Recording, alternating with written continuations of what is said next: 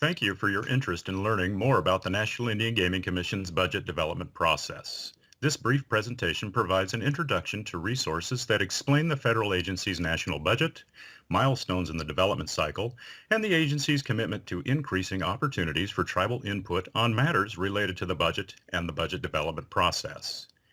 As part of its commitment to outreach and accountability, the NIGC budget development process is enhancing the opportunities for engagement. These enhancements will assist the agency in developing a forward-looking budget focused on efficient and effective operations that will help protect tribal assets. The Indian Gaming Regulatory Act, or IGRA, established the National Indian Gaming Commission as an independent federal regulatory agency within the Department of the Interior. IGRA created the NIGC to protect the tribal gaming as a means of generating revenue for the tribal governance and the tribal communities. IGRA further provides a legal framework structured to safeguard tribes as the primary beneficiaries of the gaming operations, support the integrity of the Indian gaming industry, and assure that gaming is conducted fairly and honestly by both the operators and players. The NIGC ensures compliance with IGRA, NIGC regulations, and tribal gaming ordinances with over 520 gaming establishments owned, operated, or licensed by 247 federally recognized tribes located within 29 states. To do so, the Commission regulates and monitors tribal gaming activity, inspects gaming premises, conducts background investigations, analyzes audits of Class II and certain aspects of Class III gaming operations, and investigates violations of IGRA. The NIGC also coordinates its regulatory responsibilities with the tribal gaming regulatory agencies through the review and approval of the tribal gaming ordinances and management agreements. The NIGC further provides technical assistance, including extensive training to tribal leaders as well as tribal gaming commissions and operators. The commission may issue guidance to improve the operation and understanding of its regulatory goals. And if necessary, the NIGC will undertake enforcement action, which may include imposing appropriate sanctions such as civil penalties and orders for temporary closure, as well as referring criminal matters to the appropriate tribal, federal, and state entities. In addition, the Commission considers itself Office of Self-Regulation's recommendations when a tribe petitions for a certificate of self-regulation.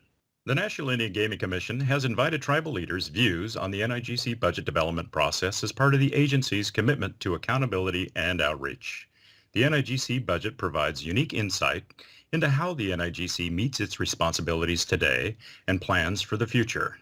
The NIGC budget justification is an important resource to understanding the NIGC budget. It is available on the NIGC website at www.nigc.gov. The justification provides detail on how the past NIGC budget has invested in staff expertise, offices, and outreach efforts to meet its mandates under the Indian Gaming Regulatory Act. The justification document also explains how NIGC has identified the need to focus on expanding tribal consultation and improving intergovernmental coordination, providing training and technical assistance to tribal gaming commissions and operations, conducting a regulatory review, examining and assessing the efficiency and effectiveness of the commission, and enhancing the agency's information technology infrastructure. Another important resource to understand that NIGC's budget is the agency's goals. The NIGC's goals to touch on the agency's impact on the industry integrity, its preparation and forward planning efforts in areas such as workforce development, technology, and the needs of rural communities, as well as its commitment to accountability in the agency's operations and innovations in its efforts at outreach. Since 2009, the NIGC has published its goals as part of the strategic plan. Past plans and the current strategic plan for the agency are available on the NIGC website at www.nigc.gov.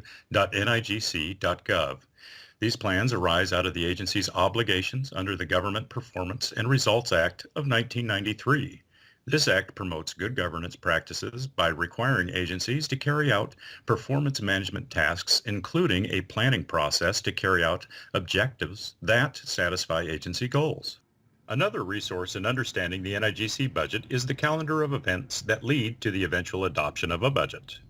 NIGC budget operates according to the fiscal year, which begins October 1 and ends September 30.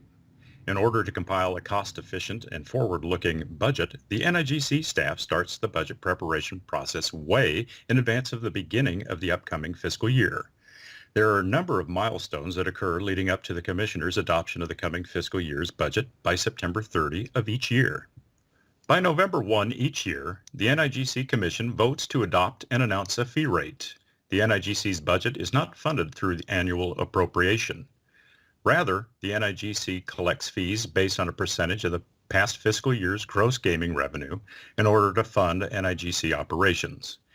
In 2006, a federal law provided that NIGC could not collect more than 0.08% of the industry's gross revenue.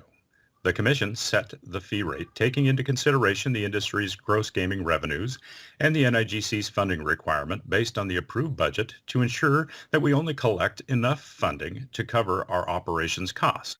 The current fee rate is 0.062%. Throughout late fall and early winter, the NIGC has authored and submitted its contributions to the Department of Interior's annual publication of the Budget Justification and Performance Information, commonly known as the Green Book.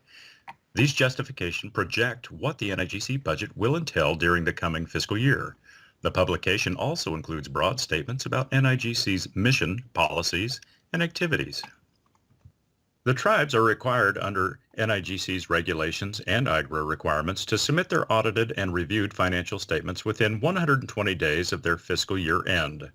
By April 30 each year, the NIGC audit team receives the audited financial statements from the previous fiscal year from each tribe.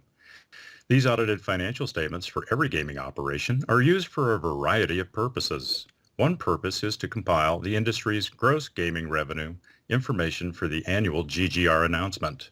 The compliance team also uses the financial statements to audit the calculation reported on the fees worksheets when necessary. Thank you for taking the time to view our short video. For more information, visit www.nigc.gov for up-to-date resource material. For questions or comments, please submit your views to nigc.outreach@nigc.gov.